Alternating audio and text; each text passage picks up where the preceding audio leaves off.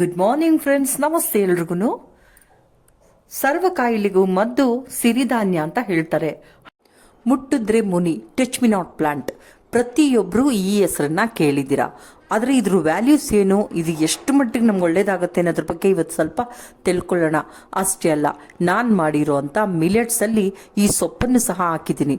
ಇದ್ರ ವ್ಯಾಲ್ಯೂಸ್ ತಿಳ್ಕೊಂಡ್ರೆ ಅಬ್ಬಬ್ಬಾ ಇಷ್ಟೆಲ್ಲ ಪ್ರಯೋಜನಕಾರಿನಾ ಅಂತ ಪ್ರತಿಯೊಬ್ಬರು ಉಬ್ಬೇರಿಸ್ತೀರ. ನಾಚಿಕೆ ಮುಳ್ಳನ್ನ ಎಲೆ ಮತ್ತು ಕಾಂಡವನ್ನು ಜಜ್ಜಿ ಅದರ ರಸನ ಚೆನ್ನಾಗಿ ಕುದಿಸಿ ಕುಡಿಯೋದ್ರಿಂದ ರಕ್ತಹೀನತೆ ಸಮಸ್ಯೆ ಹಾಗೂ ಮಲಬದ್ಧತೆ ಸಮಸ್ಯೆ ಇದ್ದರೆ ನಿವಾರಣೆ ಆಗುತ್ತೆ. ಹೆಣ್ಮಕ್ಳಿಗೆ ಬಾಣಂತನ ಆದ ಬಳಿಕ ಇಷ್ಟೇ ಆರೈಕೆ ಮಾಡಿದ್ರೂ ಮೊದಲಿನಂತೆ ಹೊಟ್ಟೆ ಕಾಣೋದಿಲ್ಲ. ಅಂತಹ ಸಂದರ್ಭದಲ್ಲಿ ಈ ನಾಚಿಕೆ ಮುಳ್ಳಿನ ಎಲೆಯಿಂದ ರಸವನ್ನು ಹೊರಗೆ ತೆಗೆದು ಅದನ್ನು ಕ್ಲೀನಾಗಿ ಮಸಾಜ್ ಮಾಡೋದ್ರಿಂದ ಹೊಟ್ಟೆ ಭಾಗ ತಿಳಿ ಆಗ್ತಾ ಬರುತ್ತೆ. ಗಾಯ ಸಂಭವಿಸಿ ತೀರ ರಕ್ತಸ್ರಾವ ಆಗ್ತಿತ್ತು ಅಂದರೆ ಈ ಎಲೆಯನ್ನು ಜಜ್ಜಿ ಅದನ್ನು ರಸ ಹಚ್ಚೋದ್ರಿಂದ ಸ್ವಲ್ಪ ಮಟ್ಟಿಗೆ ಆದರೂ ರಕ್ತಸ್ರಾವ ಕಡಿಮೆ ಆಗ್ತಾ ಬರುತ್ತೆ.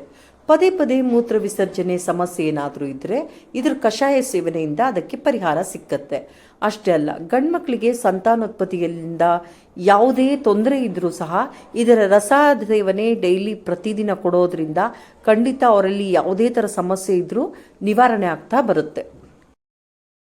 ಇಷ್ಟೆಲ್ಲ ಔಷಧೀಯ ಗುಣ ಹೊಂದಿರುವ ಈ ಸೊಪ್ಪನ್ನು ನನ್ನ ಗೆಳತಿಯೊಬ್ಬರು ಚನ್ನಪಟ್ಟಣದಿಂದ ಅವರ ತೋಟದಿಂದ ಇದನ್ನು ನನಗೆ ತರಿಸ್ಕೊಟ್ಟಿದ್ದಾರೆ. ಥ್ಯಾಂಕ್ ಯು ಸೋ ಮಚ್ ಶಾಂತ ಅವರೇ. ಇವತ್ತಿನ ವಿಡಿಯೋ ನಿಮ್ಗೆ ಇಷ್ಟ ಆಗಿದ್ರೆ ಪ್ಲೀಸ್ ಲೈಕ್ ಮಾಡಿ ಹಾಗೂ ಶೇರ್ ಮಾಡಿ.